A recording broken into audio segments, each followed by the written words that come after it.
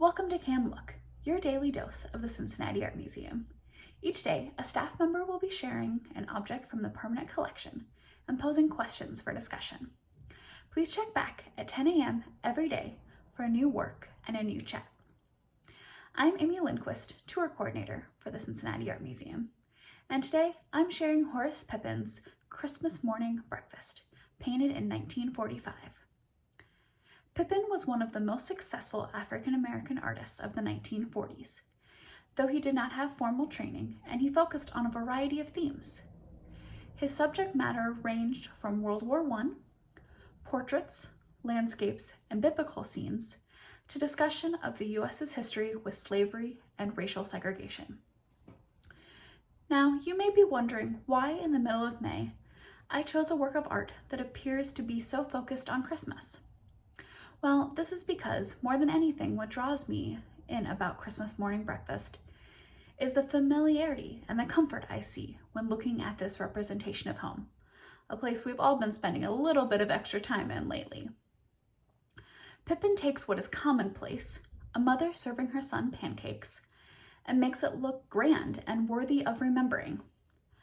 Now, when we look at this home, it's not perfect. The wall is exposed in parts, and chunks of missing plaster are shown. Yet everything in the room is neat and in order. The mother's back has a bow to it, implying a lifetime of labor.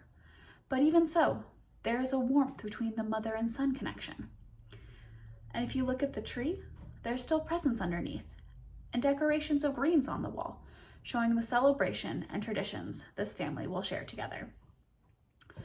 Though Pippin considered himself a realist painter, when looking at Christmas Morning Breakfast, not everything depicted is fully realistic. There are flat patterns and shapes that make everything not quite exact, giving it almost an abstract feel.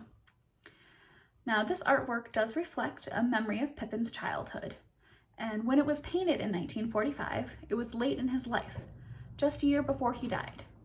But he still had a nostalgia for his young life, just as many of us do. And this abstract nature really reminds me of memory and how when looking back, things might look a little bit different. As we're currently living through unique times, it makes me wonder, what will our memories be like of these past few months?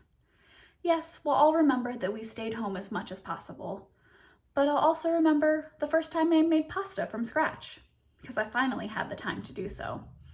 Or the evening when I got to partake in the Disney family sing-along from my couch, singing obnoxiously loud with my husband and having a great time doing it.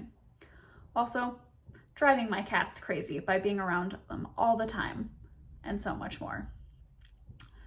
Think about what memories you've been making over these past few months. How do you think you'll look back on these times decades from now? Also, thinking back to your childhood, what do you look back now at fondly? And how has your perception changed over time? Please share in the comments. I'd love to hear more about your memories.